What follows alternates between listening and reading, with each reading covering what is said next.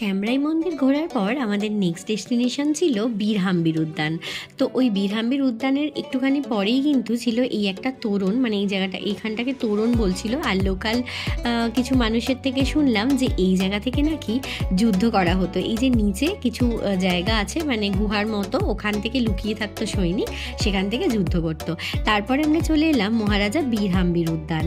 তো এখানে ঢোকার জন্য প্রথমেই এখানে একটা গেট দিয়ে প্রবেশ করতে হয়। তো গেট থেকে প্রবেশ করার পরেই কিন্তু আমরা এই মন্দিরের মতো যেটা এটা দেখতে পেলাম। তবে এর ভিতরে সেরকম কিছু নেই, মানে ভিতরে ঢোকার এন্ট্রি ছিল না আর কি। তো পাশেই এই বাগান ছিল আর কি এরকম, তো সেখানেই ঘুরছিলাম। তারপর বেরিয়েই একটুখানি হেঁটে গিয়েই কিন্তু সামনেই পড়ে এই হচ্ছে রাধা গোবিন্দ মন্দির।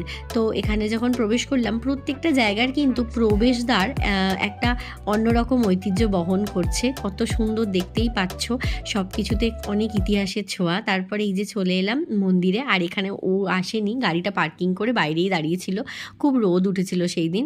তো তারপরে এসে দেখলাম যে এখানে রাধা গোবিন্দের মূর্তি, আর যেহেতু শ্রীকৃষ্ণ আর রাধা মন্দির, তো সেক্ষেত্রে প্রেম থাকবে না তা তো হয় না।